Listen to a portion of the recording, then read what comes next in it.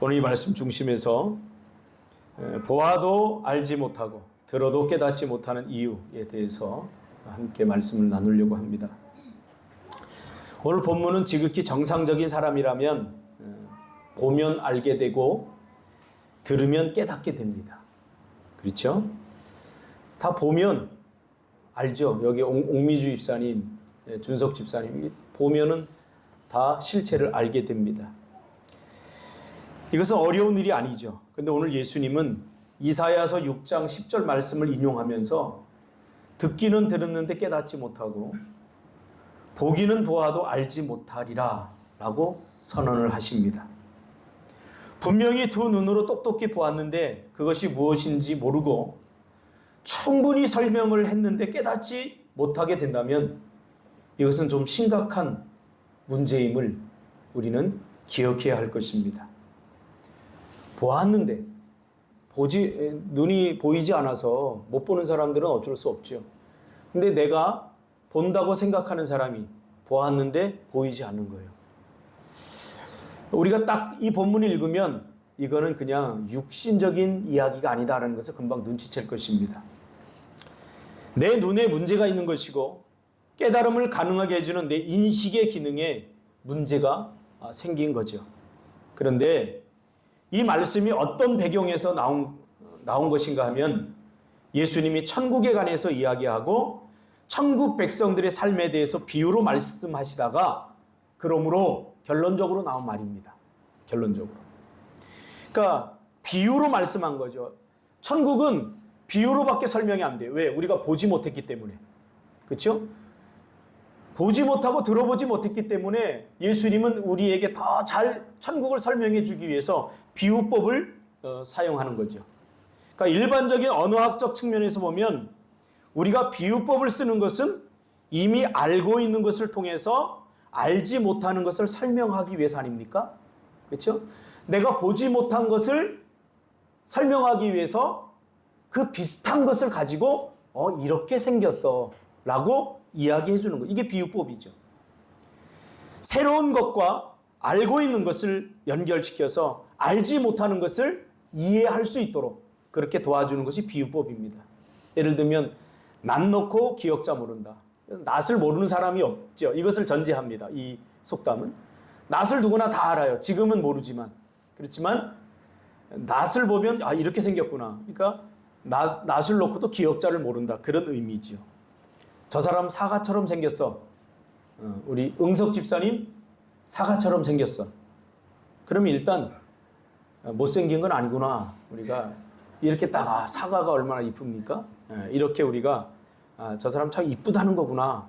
이렇게 우리가 받아들일 수 있겠죠. 그러니까 듣는 사람들이 사과처럼 생겼어 그러면 이미 사과를 알고 있는 거예요. 그 사과를 통해서 연산작용을 통해서 사과로부터 그 사람이 이미지를 상상하게 해주는 거죠. 저 사람은 굉장히 사과처럼 달콤하고 상큼한 사람이야. 이런 의미가 있죠. 자, 예수님은 하나님의 뜻을 전하기 위해서 오셨지만 인간의 몸을 입고 오셨기 때문에 인간의 표현법을 활용했다는 것은 우리에게 있어서는 굉장히 감사한 일입니다. 그렇지 않으면 천국을 우리가 어떻게 가늠할 수 있고 또 하나님 나라의 백성들의 삶이 어떠해야 되는지 우리가 어떻게 가늠할 수 있겠습니까? 그러기에 비유를 사용하신 이유는 더 쉽게 모두가 이해할 수 있도록 예수님이 언어의 수준을 그림처럼 그려 설명하는 그런 깊은 배려심이 묻어있는 그런 배려죠. 그래서 비유를 이해하기 위해서는 어떤 특별한 언어적인 기술이나 분석력이 필요 없어요. 그냥 그 시대와 문화만을, 그 상황만을 정확히 알면 누구나 다 이해할 수 있는 거죠. 이렇게 예수님은 쉽게 천국에 관해서 이야기했다는 거예요. 누구나 다 알아들을 수 있도록. 그런데 예수님은 이렇게 쉽게 천국 백성들의 삶에 대해서 하나님 나라에 대해서 누구나 알아들을 수 있고 깨달을 수 있도록 설명하고 비유까지 하면서 알려주지만 예수님은 굉장히 아이러니한 말씀을 또 하셔요. 뭐라고 이야기하냐면 쉽게 설명해 줄 때는 언제고 그러나 이 하나님 나라는 비밀이다 이렇게 얘기해요. 모든 사람이 듣지만 다 들리진 않을 거다. 내가 지금 열심히 너희들에게 비유법까지 사용하면서 이 천국에 관해서 그리고 천국 백성의 삶에 대해서 이야기하지만 어떤 사람은 이 내 이야기가 지금 무슨 얘기인지 전혀 모르는 사람도 있다. 왜냐하면 천국은 비밀이기 때문이다. 이렇게 지금 이야기를 하고 있는 거죠. 예수님은 미련한 사람들에게는 천국이 감춰져 있고 지혜로운 사람들에게는 밝히 드러내기 위해서 이 비유법을 지금 사용하고 있는 거죠. 그런 사람들이 있어요. 아무리 설교를 들어도 도덕적이고 윤리적인 수준 이상의 말씀을 듣지 못하는 사람들이 있어요. 제가 뭐 일본어로 설교합니까? 한국어로 설명해요. 그런데 어떤 사람은 그래요. 설교를 듣고 에이, 목사님들의 말은 다 좋은 이야기지. 그러니까 들으면 유익해. 이것은 굉장히 설교를 잘 들었다고 생각하는데 이건 잘못 들은 거예요. 그냥 육체적인 수준에서 들어버려요. 언어적인 수준에서 이해하고 있는 거예요. 예수님이 지금 그 이야기를 하고 있는 거예요. 천국이라고 하는 것은 우리의 언어와 또 우리가 알고 있는 지식과 경험의 세계를 뛰어넘는 어떤 부분이 있기 때문에 내가 굳이 비유를 통해서 너희들이 알아들을 수 있도록 설명하지만 그러나 내가 이렇게 설명한다고 해서 모든 사람들이 다 알아듣는 건 아니다. 보기는 보아도 보지 못하는 사람이 있을 것이고 듣기는 들어도 듣지 못하는 사람도 있을 것이고 내가 지금 무슨 말을 하는지 내가 이렇게 설명하지만 깨닫지 못하는 사람이 분명히 있을 것이다 라고 예수님이 이야기하는 거죠. 그러니까 천국 백성은 어떻게 살아야 되는가에 대한 문제는 어떤 사람에게는 너무 당연하고 명백한 일이기도 하지만 그러나 어떤 사람에게는 불가능한 일이 되기도 한다는 것입니다. 하나님의 말씀은 어떤 사람에게는 굉장히 큰 은혜가 되기도 하지만 어떤 사람에게는 굉장히 지루할 수도 있다는 거예요. 생각해 보세요. 보이는 사람에게 준석 집사 그 종이 좀 가져와. 그 앞에 있는 종이. 네, 일로 가져와. 자, 됐어요. 네. 자, 보이니까 쉽게 가져올 수 있어요. 자, 그런데 눈을 감아보세요. 준석 집사 그 앞에 있는 종이 좀 가져와. 이제 못 가져오는 척 해야 돼요. 막 헤매면서. 이게 불가능하다는 거예요. 그렇죠?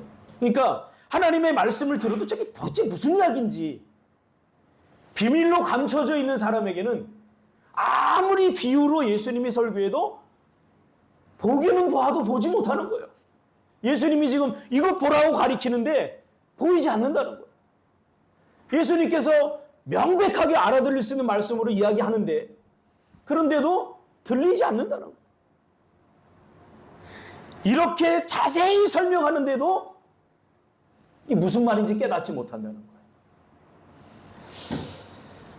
그러면서 예수님은 이사야 시대의 배경 속에서 살았던 사람들을 잠시 소환해서 왜 그런지에 대해서 설명하고 있어요. 그러면 왜 도대체 보기는 보아도 보지 못하고 듣기는 들어도 듣지 못하고 이렇게 자세히 설명하는데도 깨닫지 못하느냐. 똑같은 사람인데.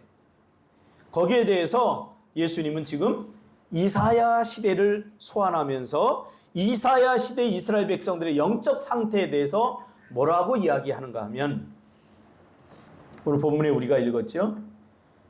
그 이유는 이 백성들의 마음이 완악하기 때문이다. 그렇죠? 그러면서 뭐래요?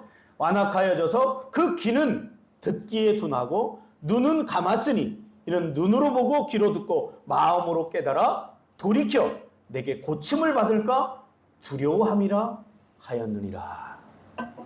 이 말은 조금 아이러니한 문장인데요. 이런 이야기예요. 지금 이 예수님의 이야기를 듣던 많은 사람들 중에 제자들도 있었지만 많은 청중들 중에 섞여 있던 사람들이 누구냐면 바리새인과 서기관들, 종교인들이었어요. 그런데 그들이 내가 지금 이 천국에 관해서 이야기하고 하나님 나라의 백성들은 이렇게 살아야 된다라고 이야기하면 그들은 전혀 듣지 못할 것이다. 왜 그러냐? 마음이 완악하기 때문이다. 내가 이야기하는데 그 이야기를 일부러 듣지 않는다는 거예요. 완악하다는 거예요. 저 이야기 틀렸어. 저 잘못됐어. 저 이단이야, 예수님. 왜 저런 이야기해? 자기야 신이야? 이러면서 예수님의 이야기를 아예 듣지 않고 귀를 막는다는 거예요. 예수님이 자꾸 보여주는데도 보지 않는다는 거예요. 보지 않는다. 아무리 설명하려고 해도 깨달으려고 하는 마음이 전혀 없다는 거예요. 그래서 귀는 듣기에 둔하고 눈은 감았고, 그러니 그 다음에 문제가 생깁니다. 왜 그래요?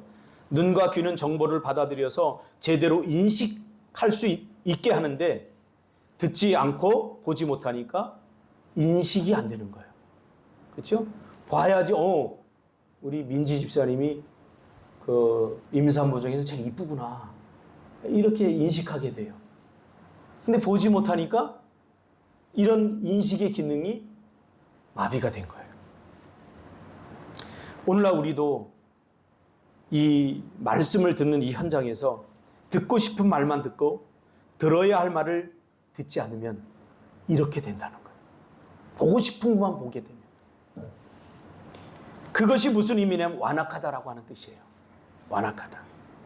구약의 큰 주제 중에 하나가, 하나님께서 구약 성경을 들춰보면 하나님께서 가장 마음 아파하는 부분이 뭐냐면 이스라엘 백성들을 향해서 완악하다, 완고하다 이런 표현을 자주 써요. 완고하다.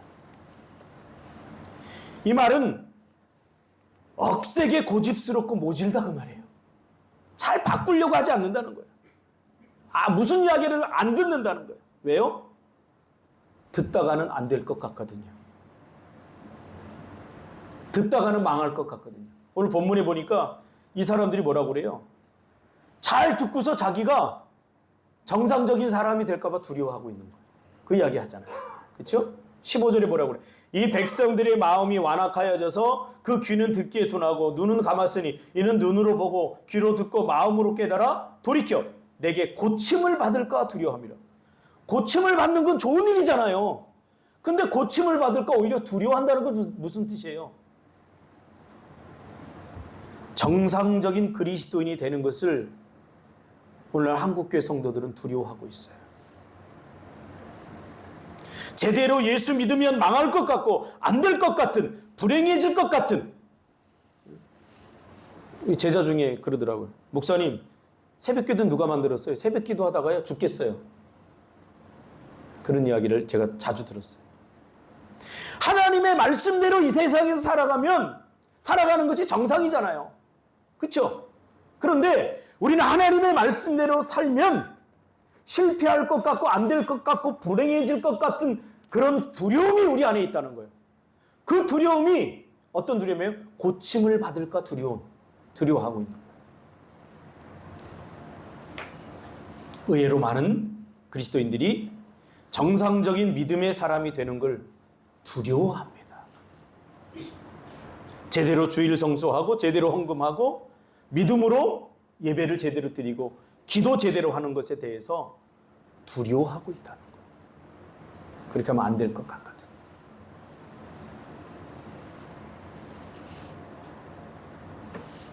이걸 하나님이 뭐라고 이야기하냐면 완악해졌다. 여러분, 두려움이 얼마나 큰 문제인 줄 아세요? 제가 요즘 우리 이니하고 수연이 자전거 가르쳐요. 자전거 가르치면서 제가 가장 많이 했던 말이 뭐냐면 두려워하지 마요. 요 녀석이 곧잘 타요. 내가 딱 한번 태워보니까 탈 것 같아요. 자전거를 타는 데 있어서 가장 중요한 건 시선이에요. 몸의 균형도 아니에요. 제가 자전거를 거의 많이 가르쳤어요. 제가 자전거 가르치는 제일 쉬워요. 저는 어떻게 가르쳤냐면 몸의 균형을 잡아. 그리고 절대 저는 그렇게 하지 않았어요. 시선을 멀리도. 자, 발을 딛고 한 번 하고 나서는 그 다음부터 밑을 절대 보면 안 돼. 멀리 봐야 돼. 네가 가고자 하는 방향을 봐야 제대로 갈 수 있어. 근데 그게 쉽나요? 이렇게 말해도요 더럽게 말 안 들어요. 이니가 누구 닮았는지, 엄마 닮았는지, 아빠 닮았는지 아무튼 더럽게 말 안 들어. 발을 하나 하고서 밑을 보고서 끼우던 넘어지려고 그래. 그럼 제가 다시 잡아주고, 야 이놈의 자식아, 내가 뭐라고 그랬어? 앞을 보라고 그랬지. 네 목사님 이제 앞만 볼게요. 그리고 또 가다가 밑을 봐요. 또 비틀비틀거려요. 내 머리로 아는 것과 내 경험에서 내가 터득한 이 습관화된 나의 옛 육체가 계속해서 싸우는 거예요. 신앙생활은 그것과의 싸움이에요, 여러분. 믿음이 있는 척 하지 마세요. 우리는 날마다 싸우는 거예요. 하나님의 말씀을 듣고 은혜 받고 야 내가 이렇게 살아야 되겠다 결심하고 다짐하지만 그게 쉬운 줄 아세요? 말씀을 들을 때 내 이성과 내 논리가 아 맞아 이게 은혜라고 착각하면 안 돼요. 듣고 나서 그 다음부터 우리 신앙생활이 시작이 되는 거예요. 그 말씀대로 살려고 할 때 우리 안에 이런 두려움들이 엄습해 온다고요. 정말로 말씀대로 그렇게 주일 성수하고 말씀대로 기도하고 수요예배 참여하고 금요예배 참여하고 예배도 더럽게 많죠. 이거 다 참여하고 정말로 정상적인 삶이 가능할까? 여러분 솔직히 생각해보세요. 불가능하다고 생각하잖아요. 그게 저번 주에 뭐라고 그랬어요? 뜻을 정하라고 그랬잖아요. 이스라엘 백성들은 신앙 불가능을 외친 거예요. 그거 안 돼. 안 돼. 구약 시대는 오늘보다 더 복잡했어요. 제사를 드리고 그 다음에 11조를 드리는데 11조를 어떻게 드린 줄 아세요? 얼마나 철저하게 드린대. 이틀에 한 번씩 금식해야 되고. 도대체 그럼 나는 어떻게 살아야 돼? 여러분들 그래도 편한 거예요. 구약 시대는 그렇게 살았다. 그러다 보니 이스라엘 백성들의 마음이 완악해진 거예요. 아니 어떻게 저렇게 하고 다 살 수 있어? 믿음 좋은 사람을 꿈꾸기보다 그저 편안하고 안락한 삶을 꿈꾸게 된 거죠. 그래서 이스라엘 백성들이 하나님께서 그러죠. 야 너희들이 나를 버렸구나 그래요. 그러니까 이스라엘 백성들이 억울해해요. 아니 하나님 다른 건 모르겠는데 그 말은 좀 취소해 주세요. 왜? 우리가 하나님을 버린 적이 단 한 번도 없어요. 우리가 언제 버렸습니까? 그때 하나님 뭐라고 그런 줄 아세요? 그래 너희들은 버린 적이 없다고 생각했지만 너희들은 나도 섬기고 바알과 아세라도 섬기고 그렇죠? 나도 섬기고 돈도 섬기고 겸하여 섬겼잖아. 예수님이 신약에 와서 그것을 풀이해 줬잖아요. 겸하여 섬길 수 없는데 이스라엘 백성을 겸하여 섬길 수 있다고 생각해요. 신앙은 뭐라고 그랬어요 제가? 선택은 뭐라고 그랬어요? 선택은 초이스가 아니에요 절대로. 선택은 그 하나를 선택하기 위해서 먼저 나머지 걸 버려야 돼요. 이게 버리지 않으면 그냥 내 생각으로는 선택했다고 하는데 버리지 않은 것들을 계속 기웃거려요. 그걸 기웃거려요. 내가 오직 하나님만을 섬기기로 했다면 그 다음에 나머지 거는 내려놔야 돼요. 그래야 먼저 그의 나라와 그의 의를 구하는 자에게 더하여 주시는 하나님의 은혜를 누릴 수가 있어요. 저는 이 부분을 여러분에게 자신 있게 명백하게 이야기할 수 있어요. 쉬운 일인가요? 쉽다 어렵다로 접근하면 안 되고 해야 될 일인가 하지 말아야 될 일인가 접근해야 돼요. 그런 사람이 있죠. 저는 다른 건 다 하는데 새벽 기도만큼 죽어도 못하겠다. 아 저도 죽겠어요 새벽 기도. 어떤 놈이 만든지 그냥. 저는 아침잠이 되게 많거든요. 새벽 기도 죽겠어요 진짜. 그런데 제 마음에 새벽 기도 힘드니까 새벽 기도 난 죽어도 못해 이런 말은 단 한 번도 해본 적이 없어요. 저는 새벽 기도 자주 빠지거든요. 그러니까 미안해요. 나의 이 연약한 모습 때문에 성도들에게 미안하고 미안할 때가 많아요. 그렇지만 저는 그래서 난 새벽기도 죽어도 못해 이렇게 말한 적은 없어요. 여러분 죽어도 못하는 게 어디 있습니까? 그건 자아가 꽉 차 있는 거예요. 자아가. 이건 죽어도 못해. 하나님이 하라고 그러면 해야죠. 죽어도 못하는 게 어디 있어요? 자기 세계에 갇히게 되면 그렇게 됩니다. 자기 세계에서 빨리 나와야 됩니다. 나는 다른 사람은 다 사랑해도 저 사람은 죽어도 사랑 못해. 그런 게 어디 있습니까? 하나님이 사랑하라고 하면 사랑하는 척이라도 해야죠. 자기 자아가 자기 세계에 묶여 있으면 종교 생활이 될 수밖에 없어요. 하나님의 말씀을 우리의 삶에서 실천하기는커녕 이것은 내가 실천할 수 있고 이것은 실천할 수 없다 이렇게 만들어서 뭐 겸하여 실천하려고 하는 이 이야기를 하는 거예요. 그러니까 죽도 밥도 안 되는 거예요. 구약의 이스라엘 백성들이 그랬다는 거예요. 그 이야기를 예수님이 지금 끌고 오는 거예요. 이미 뭔가 이것만은 절대 안 돼라는 자기 방어선을 쳐놓고 신앙생활을 하면 그것이 종교생활이 되는 거예요. 제가 아는 전도사님, 저하고 같이 사역했던 전도사님은 영국으로 유학까지 갔다 와서 하나님께 그렇게 기도했대요. 오산에서 이 아버지가 큰 15층짜리인가 10몇 층짜리 빌딩을 갖고 있는데 하나님, 내가 아버지가 저 빌딩을 나한테 유산으로 주면 내가 하나님을 앞으로 잘 섬기며 살 것이고 이제 저 빌딩을 안 주면 나는 목사고 뭐고 다 안 하겠다고. 아직도 기억해요. 박준영 전도사님이 있는데 총신대 나온 친구인데 아버지가 엄마하고 이혼하고 새 엄마를 얻었어요.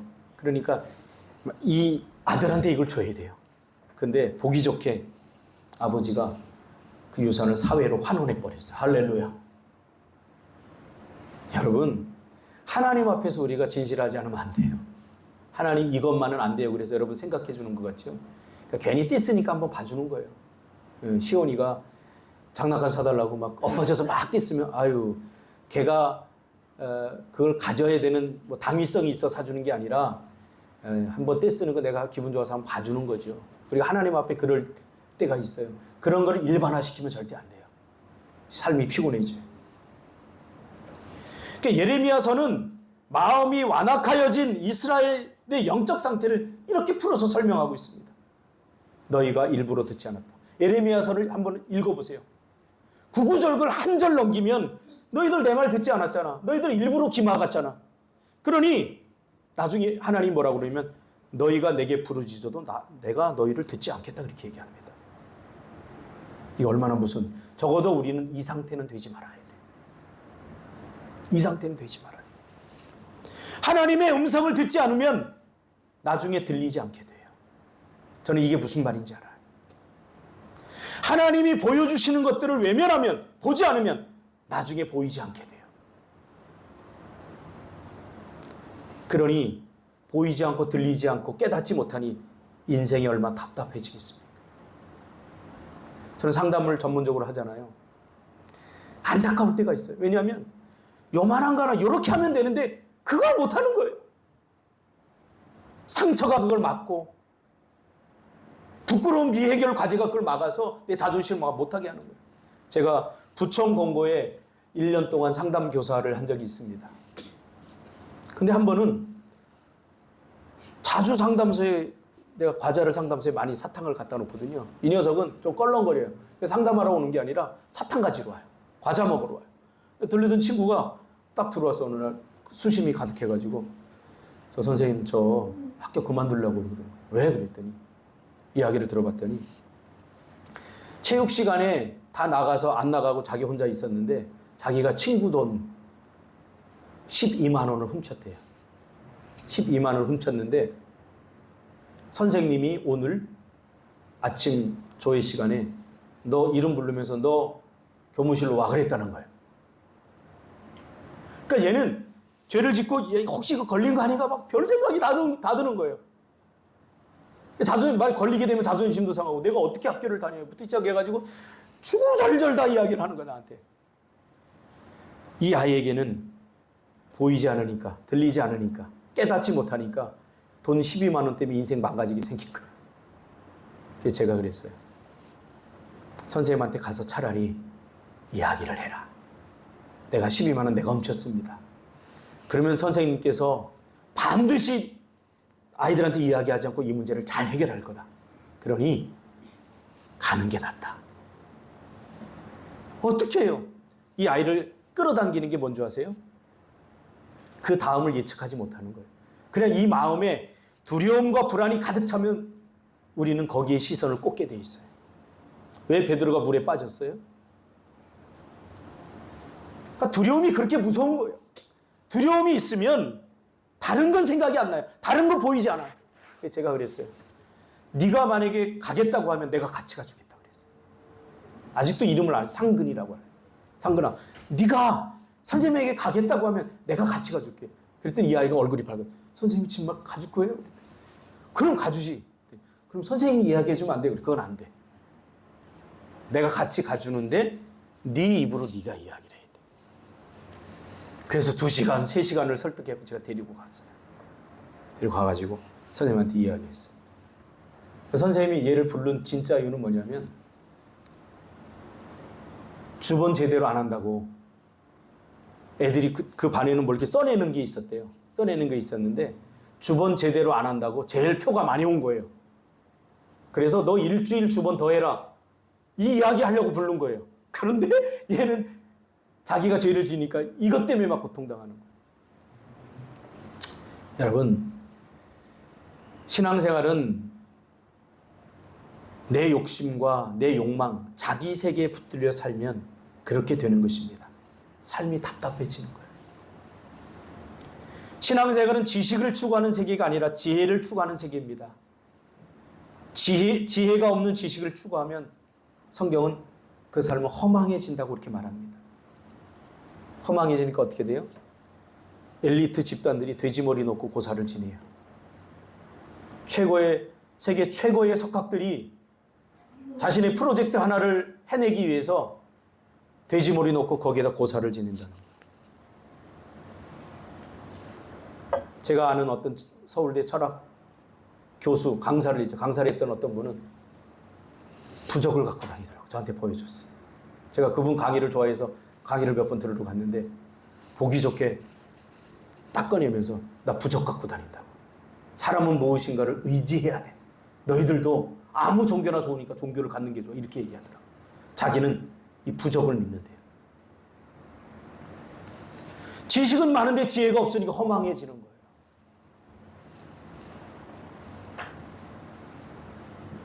뻔한 해결책 눈에 보이지 않아요.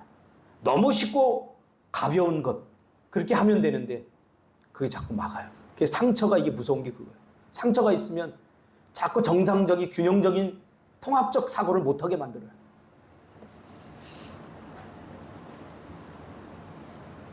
그래서 실제로 이스라엘 백성들은 듣지 않았습니다. 귀를 닫았습니다.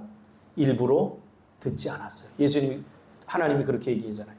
너희들 일부러 귀를 막았잖아. 저도 제주도로 하나님이 제주도로 가라 그랬을 때 저도 일부러 귀를 막은 적이 있기 때문에 이 심정을 알아요. 하나님, 내가 다른 거 다 하겠는데요. 아니 내가 지금 목회를 다른 거 하는 것도 아니고 나 목회하잖아요. 목회 하나님 기뻐하시잖아요. 목회를 10년 동안 했는데 이거 그만두고 제주도로 가라고요? 목회 10년 하면요 이제 기본은 다 깔린 거예요. 그 다음부터는 이게 부흥할 일만 남은 거예요. 그런데 나도 고생했다 이제 기초 작업하느라고. 이제 그만두고 다시 제주도 가서 기초 작업해라. 죽기보다 싫은 거예요 이거. 그래서 제가 기도하면 하나님이 막 다른 기도하다가 결정적으로 하나님의 마음에 뭘 주시냐면 제주도 이야기를 하는 거 꺼내는 거예요. 그러니까 나는 제주도 이야기가 나면 그만 기도 끝하는 거예요. 그렇게 1년을 버텼어요. 얼마나 내 영혼이 곤고해지고 피폐해지는지 아세요? 그런데 말씀을 전해야 돼요. 믿음으로 살라고 이야기해야 돼요.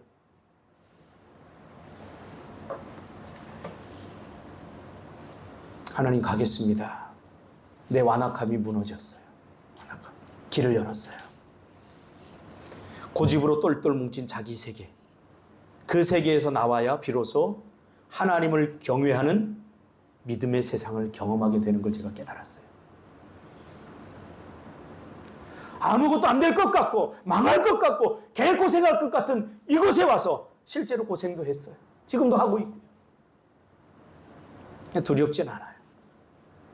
내 세계, 내 완악함에 내 자아가 깨져 버리니까 그 다음부터 하나님의 은혜의 세계가 열리더라고요. 시편 49편 20절에 보니까 존귀에 처하나 깨닫지 못하는 자는 멸망하는 짐승 같다. 이런 이야기 나옵니다. 이것은 우리는 영적인 존재지 영원히 없는 존재가 아니라는 것을 말해주는 거예요. 우리는 깨달을 수 있는 존재라는 거예요.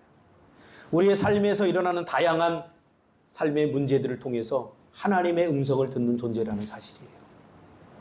들으려고 하지 않는 것은 짐승의 수준으로 나를 비하시키는 거라는 거예요. 그 얘기. 신앙생활은 여러분 여호와를 경외하는 것에서 시작이 됩니다. 여호와를 경외한다는 것은 나 중심의 세계를 벗어나라는 말입니다. 내가 아는 것이 전부가 아니고 내가 경험한 것이 전부가 아니고 내가 전부가 아니라는 거예요. 나보다 훨씬 크신 분, 크신 세계가 있다는 거예요. 그 믿음의 눈을 떠서 보라는 거예요. 내 생각이 전부가 아니라는 것입니다. 내 느낌, 내가 예측한 것이 전부가 아니라는 거예요. 더 큰 세계가 있다는 거예요. 대상 영속성의 원리라는 말이 있습니다. 심리학에서 쓰는 말인데요. 우리 어린 아이들이 이제 태어나면 보통 4개월 전에는 이 대상에 대한 영속적인 개념이 없어요. 그래서 우리가 그런 아이들을 데리고 깍꿍놀이를 하는 거, 깍꿍. 그 아이들은 내 눈앞에 사라지면 이거 없다라고 생각해요. 4개월 이전에는. 그래서 4개월 이전 아이들 데리고 딱 놓고 깍꿍 하면 막 까까락 하고 좋아하잖아요. 어디 있다 나타났지? 그러는 거예요. 싹 사라지면 어때요? 없어졌구나 이렇게 보는 거예요. 그게 4개월 이전까지 그런 상태가 대상에 대한 영속적인 그런 인식 능력이 없어요. 그러다 4개월이 지나면서 5개월 때부터 그게 조금씩 생겨나는 거예요. 그러다가 24개월이 되면 이제는 완전히 알아요. 아, 제가 뒤에 숨었구나. 그때 보람이가 우리 하나를 데리고 깍꿍거리면 아, 우리 엄마 참 대견하다. 나를 참 열심히 나를 키워줘. 이렇게 생각하지 정말 없어서 좋아하진 않아요. 제가 경험한 바에 의하면 믿음의 세계에도 비슷한 게 존재해요. 하나님이 당장 눈에 보이지 않으면 없다고 생각하죠. 자기 마음대로 살죠. 내가 하나님의 마음을 아프게 하고도 아무런 느낌을 받지 못하죠. 이건 대상, 영속성의 원리가 아직 형성되지 않은 사람. 우리의 영적 상태가 유아기적 상태인 거예요. 예수님이 뭐라고 그래요? 그 다음에 눈은 봄으로 귀는 들음으로 복이 있다. 예수님이 말씀하세요. 그런데 보는 것을 두려워하고 듣는 것을 두려워해요. 정상적인 사람이 될까 봐. 제가 상담을 해보니까요. 사람은 나쁜 것에 고착이 돼 있으면 그 나쁜 것을 바꾸는 게 굉장히 힘들어요. 그걸 나쁜 걸 바꾸는 것 자체가 고통을 느껴요. 나쁜 거 바뀌는 거. 그러니 우리가 얼마나 불가능해요. 보아도 보지 못하고 들어도 들리지 않는가. 얼마나 답답할까요? 자기 세계에서 벗어나야 됩니다. 신앙생활도 자기 세계에 붙들려서 하면 연합과 일치를 이루는 것이 불가능해집니다. 아마 여러분들 좀 불만이 있을 거예요. 우리 교회가 이 커뮤니티를 제가 별로 좋아하지 않습니다.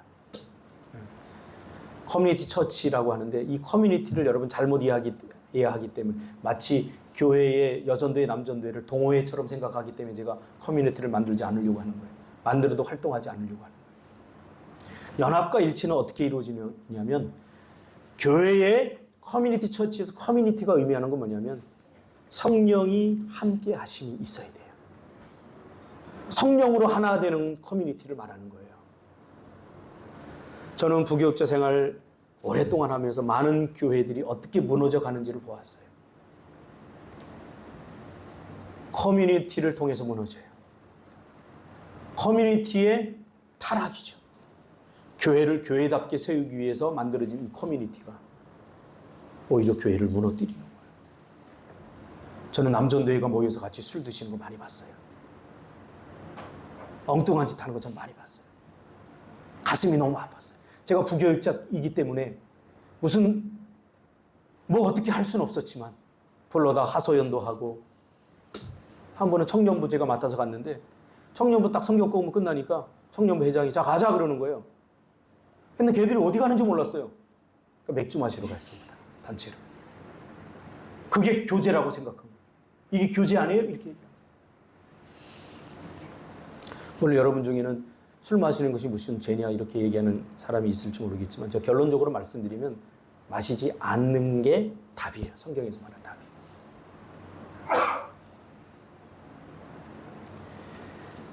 성령이 인도하는 대로, 말씀대로 그렇게 우리는 모든 것에 초점을 맞추고 살아야 돼요.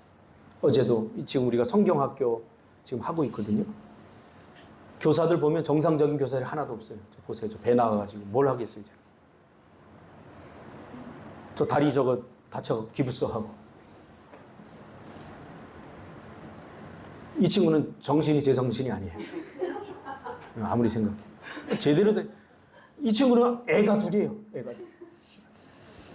그런데도 감사한 게 뭐냐면 한 놈도 나는 애가 둘이라서 못해요. 난 다리 다쳐서 못해요. 한 사람도 없어요.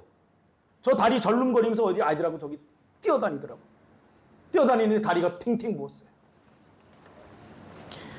왜 그렇게 하는 줄 아세요? 들었기 때문이에요. 보았기 때문이에요. 어제도 저는 어제 저녁에 부흥회가 있어서 그냥 될 수 있으면 좀 쉬려고 했는데 명균 집사가 고기를 굽는데 토치로 이거를 불을 붙여야 되는데 토치 조금마다 안 붙으니까 그 갈탄이 토치 한 1, 2분 하고 붙어요? 안 붙어요. 한 30분을 해야지 갈탄은 붙어요. 안 붙으니까 종이를 잔뜩 싸놓고 해가지고 종이를 싸면 어떻게 되는지 아죠? 이게 종이가 가루가 날려갖고 못 먹어요, 고기가. 그래서 내가 토치를 또 거기 한 30분 더 이렇게 했어요. 하면서 박응석 집사님이 또 다행히 오셔갖고 같이 구웠어요. 그렇게 하는 이유가 뭔지 아세요?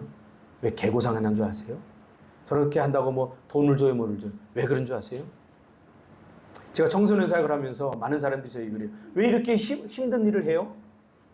왜 돈도 안 되는 일을 해요? 이유가 딱 있어요.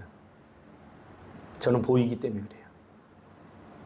나의 어깨를 딛고 내 어깨를 내주면 그들이 딛고 일어서는 것을 전 많이 경험했고 제가 보았기 때문에 그래요.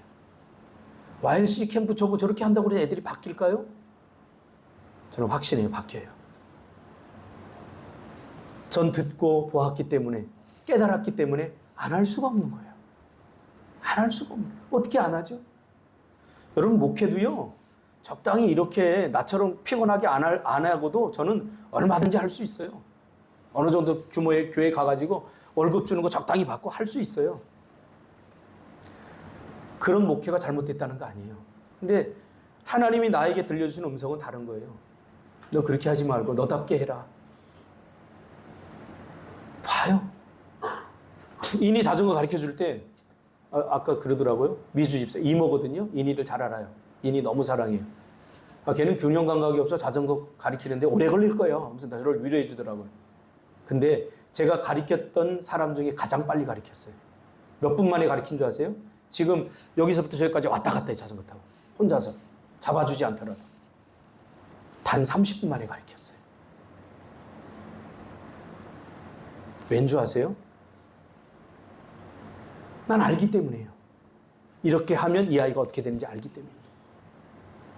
그래서 잔소리도 하고 이거 끝나면 제가 또 애들 이렇게 안수해 주잖아요. 집사람은 그래요. 힘든데 그거 한 달에 한 번만 하면 안 되냐고. 저도 한 달에 한 번, 1년에 한 번만 하고 싶어요. 이거 하고 나면 허리가 막 쑤셔요. 그런데 알아요. 그 기도를 통해서 어떤 일이 일어나는지 전 알아요. 전 경험했어요. 그러니까 안 할 수가 없는 거예요. 한번 봐보세요. 이 교사하는 일들이 얼마나 하나님이 기뻐하는 일인지.